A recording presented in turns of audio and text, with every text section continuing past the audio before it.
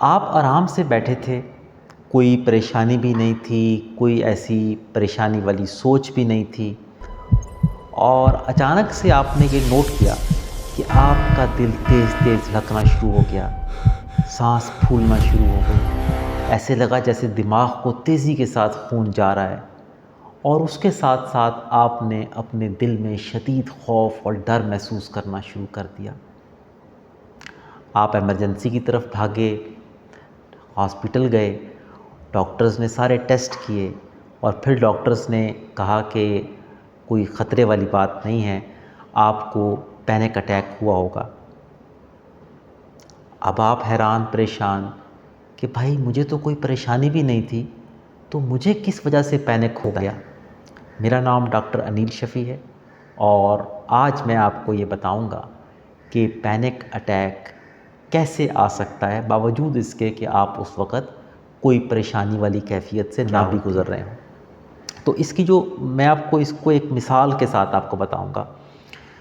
मैं एक तरफ ब्रेन को डिस्क्राइब करूंगा तो दूसरी तरफ आपको एयर फोर्स की मिसाल से समझाऊंगा कि मैं इन चीज़ों के बारे में कि इनका क्या रोल होता है आपके दिमाग में। हमारे ब्रेन के कुछ बड़े इंपॉर्टेंट हिस्से हैं।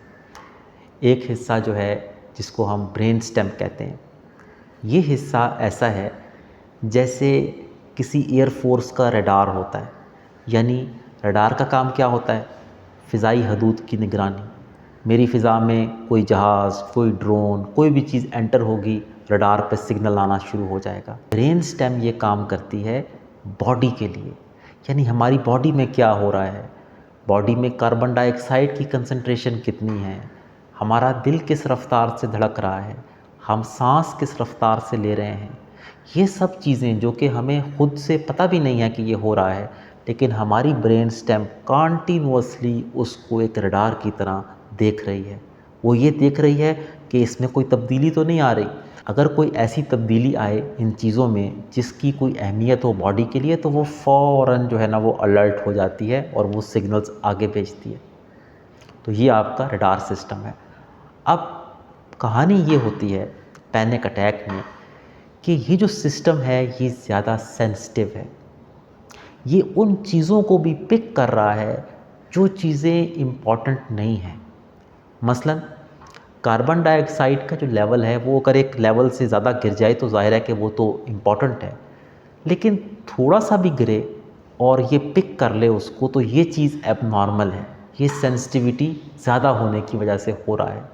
और पैनिक अटैक में एग्जैक्टली यही होता है कि जिन लोगों को पैनिक अटैक का प्रॉब्लम है उनका सबसे पहला जो हिस्सा है जिसमें प्रॉब्लम आती है वो ब्रेन स्टेम के अंदर है कि ब्रेन स्टेम का जो रडार है वो उस चीज़ को भी पिक कर लेता है जो कि इतनी ज़्यादा इम्पोर्टेंस नहीं रखती आपकी बॉडी के फंक्शन के लिए। ये है ब्रेन स्टेम का काम। ब्रेन स्टेम ने सिग्नल भेजना है एक और ब्रेन के एरिया को जिसको हम इंसुला कहते हैं। अब इंसुला क्या करता है? इंसुला उन तमाम चीज़ों का जायज़ा लेता है, उन सिग्नल्स का जो कि ब्रेन स्टेम भेज रहा है, और इस प्रोसेस को हम कहते हैं इंटीरोसेप्शन। इंटीरोसेप्शन से मुराद कि जो हमारे बदन के, हमारी बॉडी के अंदर सारे प्रोसेस चल रहे हैं उनके ऊपर नज़र रखना, ये है इंटीरोसेप्शन। ब्रेन स्टेम ने पिक किया, इंसुला ने अब उस चीज़ का अंडरस्टैंड करना शुरू किया कि इस सिग्नल का मतलब क्या है।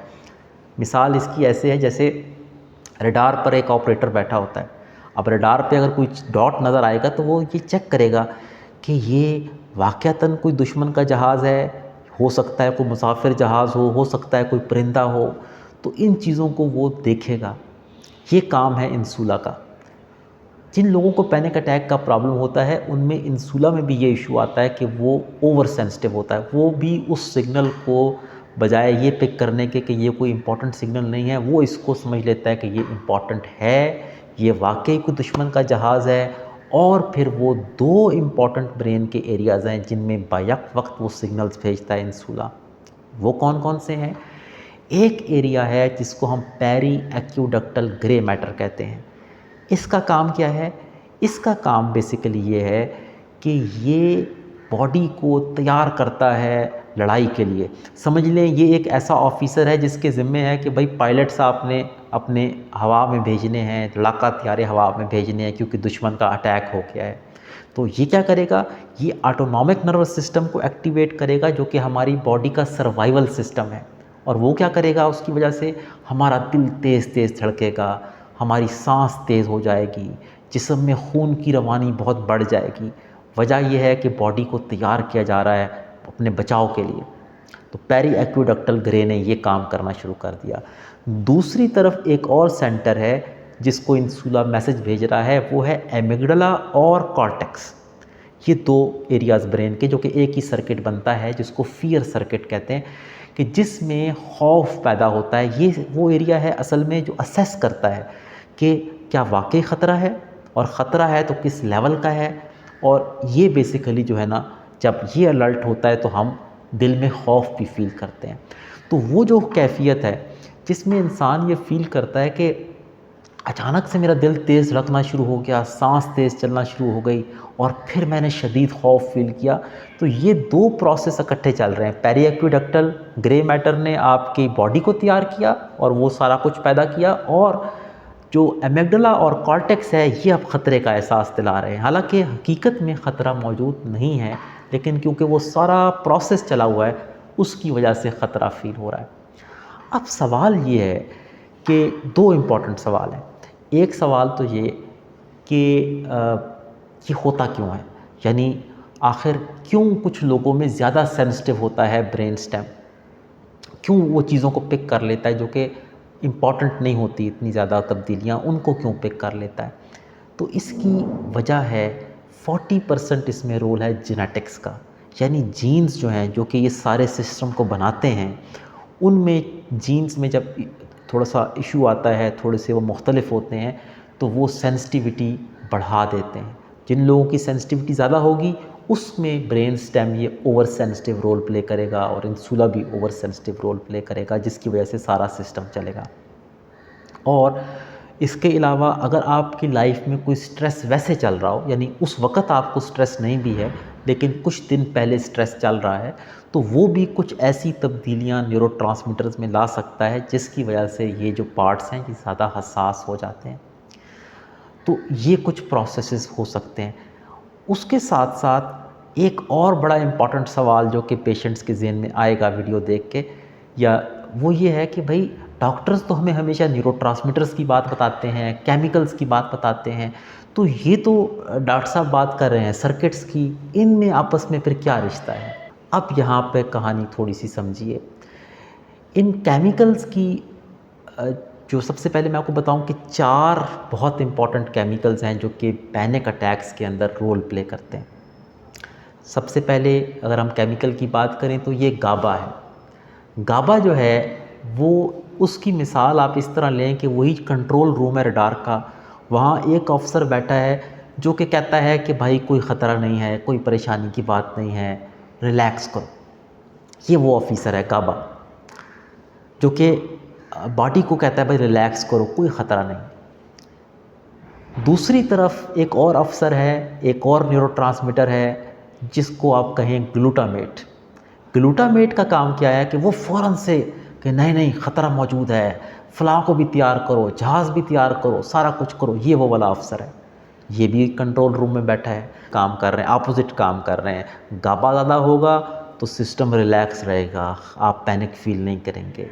अगर ग्लूटामेट ऊपर जाएगा तो आप में घबराहट, खौफ ज़्यादा पैदा होगा। तीसरा न्यूरोट्रांसमीटर है नॉर एड्रीनलिन।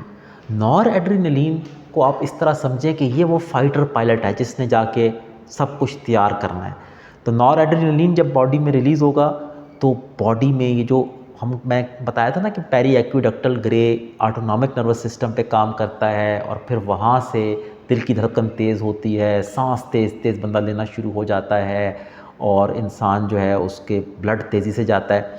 तो ये काम नॉर एड्रीनलिन करता है, तो ये वहाँ पे लगा हुआ है। अब सबसे इंटरेस्टिंग है चौथा न्यूरोट्रांसमीटर जो है सेरोटोनिन। सेरोटोनिन का काम इन सब से ज़्यादा कॉम्प्लिकेटेड है। सेरोटोनिन ना तो ये कह रहा है कि फ़ौरन अटैक करो, ना ये कह रहा है कि कुछ भी ना करो।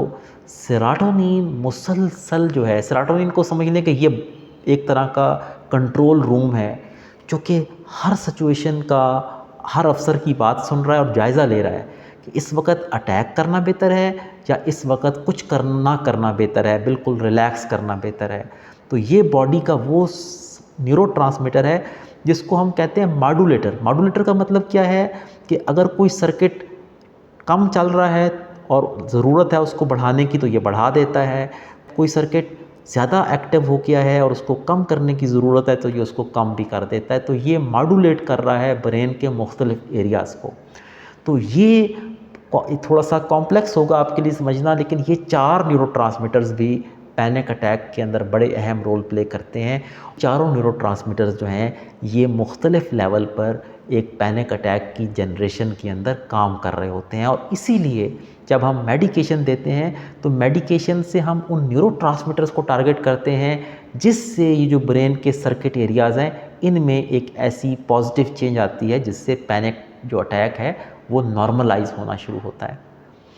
हो सकता है कि ये जो मेरी वीडियो है ये आपको थोड़ी सी मुश्किल लगे समझना, क्योंकि इसमें साइंटिफिक कंसेप्ट ज़्यादा हैं, लेकिन ये इसलिए इम्पॉर्टेंट है कि अक्सर लोग इस बारे में परेशान रहते हैं कि डॉक्टर साहब मुझे तो था ही कुछ नहीं, तो फिर मुझे क्यों आ गया पैनिक अटैक। तो मेरी इस वीडियो से ये बात समझिए कि ये बिल्कुल सही है कि आपको कुछ नहीं था, लेकिन वो जो सिस्टम्स हैं उन्होंने ये समझा कि बॉडी के अंदर ख़तरा है और उन्होंने वो ख़तरा जो है पैनिक अटैक की शक्ल में पैदा किया। वीडियो कैसी लगी ज़रूर बताइएगा, अपने कमेंट्स से आगाह कीजिएगा, और किसी और टॉपिक पे वीडियो देखना चाहते हो तो भी मुझे ज़रूर बताइएगा। बहुत शुक्रिया।